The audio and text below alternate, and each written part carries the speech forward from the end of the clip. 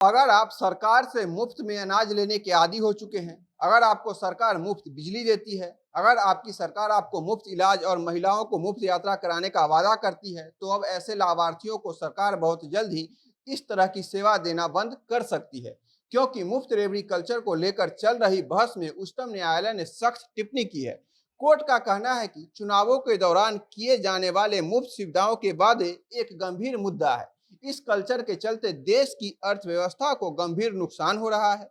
Supreme court और सरकार का इस मामले पर क्या विचार है तथा भारत में चुनाव प्रचार के दौरान नेता द्वारा लोगों को मुफ्त सुविधाएं देने के वादे और सरकार में आने के बाद उस वादे को पूरा करने से देश की अर्थव्यवस्था को किस तरह नुकसान पहुंचता है, हम आपको बताएंगे। नमस्कार, मेरा नाम परितोष साई है और आप जनता जंक्शन देख रहे हैं। मेरा शुगर लेवल 428 था।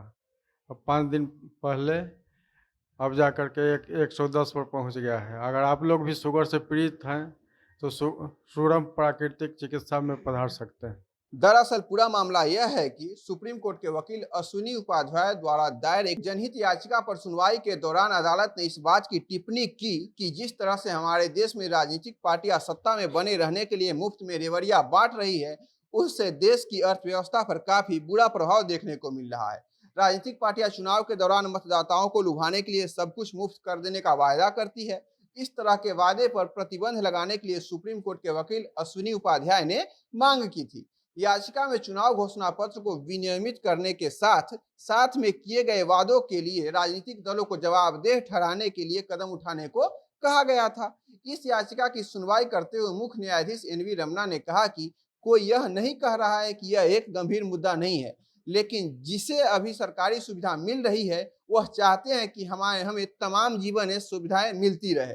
हम एक कल्याणकारी राज्य हैं। कुछ लोग कह सकते हैं कि वह टैक्स देते हैं और हमारे टैक्स का इस तरह से गलत इस्तेमाल हो रहा है, जबकि हमारे टैक्स का इस्तेमाल देश के विकास में होना चाहिए। इसलिए यह एक गंभीर मुद्दा तो है। इसीलिए दोनों पक्ष को समिति द्वारा सुना जाएगा। आगे चीफ जस्टिस ने कहा कि मुफ्त रेवड़ियों का मुद्दा एक बेहद जटिल मुद्दा है, क्योंकि कई राजनीतिक पार्टियां इसे लोक कल्याण योजना के तहत राज्यों में चला रहे हैं, जिसमें उन्हीं लोगों को सरकारी योजनाओं का लाभ मिल रहा है जिन्हें इसकी सख्त जरूरत है। इसका उदाहरण देते हुए चीफ जस्टिस ने कहा कि कुछ राज्य साइकिल बांटते हैं, जिसके पीछे कारण यह बताया जाता है कि साइकिल बांटने से उनके आम जीवन में कई अमूलचूल बदलाव देखने को मिले हैं और उन्हें इस कारण से विभिन्न जगहों पर जाना शुरू कर दिया है। इसने शिक्षा और व्यवसाय में हो रहे सुधार में बड़ा अहम रोल निभाया है। सवाल यह है कि क्या इसे रेवड़ी में शामिल किया जा सकता है और क्या यह वंचित शोषित को आगे बढ़ाने के लिए वास्तव में जरूरी नहीं था।